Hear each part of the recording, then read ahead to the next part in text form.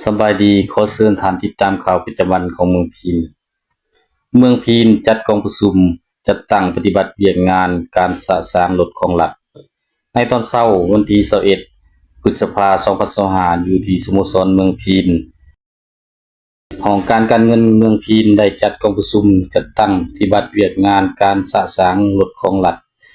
ตามเลขที่169/นย.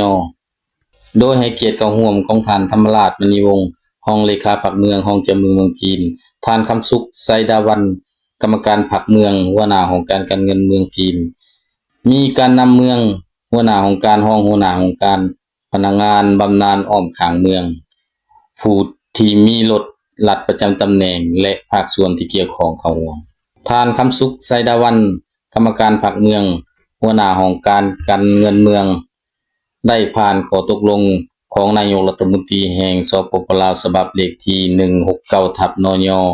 ว่าโดยการสะสางรถรัฐและผ่านแจ้งการของหัวหน้าห้องว่าการสำนักงานนายกรัฐมนตรีฉบับเลขที่478/หสนย.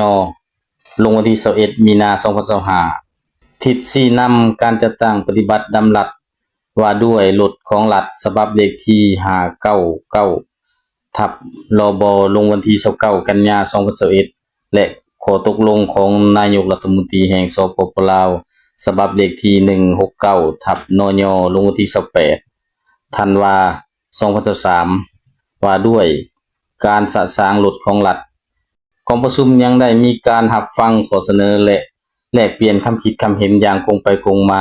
จากบรรดาท่านที่เข้าร่วมกองประชุมในตอนท้ายของกองประชุมก็ยังได้รับฟังการมีคำเห็นโอลมจากท่านธรรมราชมณีวงศ์